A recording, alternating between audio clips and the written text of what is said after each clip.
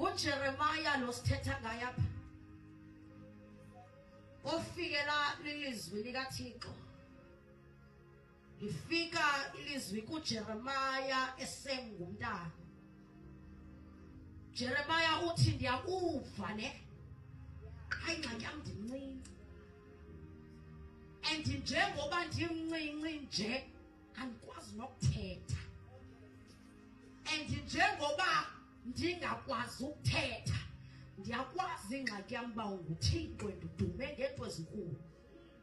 Ngoku ndiyayicingela into yoba into ozofuna ndiyenze izawuba nkulu, therefore mna ndimncinci. I am very young for whatever dimension that you have placed for me. Ndiziva ndimncinci mile wena umkhulu kodwa wena uza Jeremiah ndimncinci uthi ufuna mna Jeremiah ndimncinci kuba thetha izwi lakho Jeremiah ndimncinci wena thi ufuna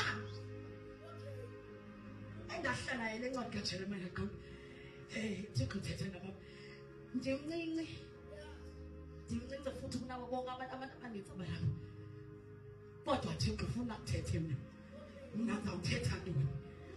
Wathi Jeremiah uzawuthetha into endithi ithethe. Hallelujah. Ngoba mna umuntu xa sendimnika assignment andimyekeli into bazenzele kodwa Jeremiah uzawuthetha into ethi ithethe. So Jeremiah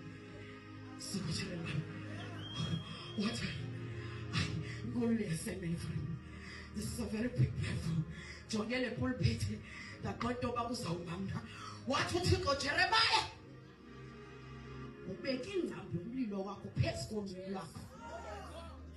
Le yam ke ngokuthetha into ezothi ithethe. Wenza into ezothi qha ikhona into endifuna uqala uyenze. Jeremiah ndinqule. Ndinqule Jeremiah. Kukhona izinto ekufuneka uzibonile. Cha awuzukwazi uzibone izinto unganqulanga. Ndinqule Jeremiah. Wathi Jeremiah kukhona indawo endifuna uzabe. Kukho abantu endifuna ukushape character yabo. Kukho abantu endifuna uthethe kubo batshintshe indlela zabo. Jeremiah ndinqule.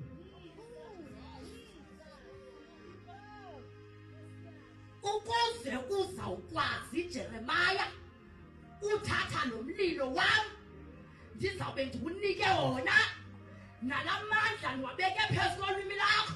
Jeremiah ndinqule. Ngicela ukunqula uThixo ukuthembela uthembeke kuThixo. Zenza into nje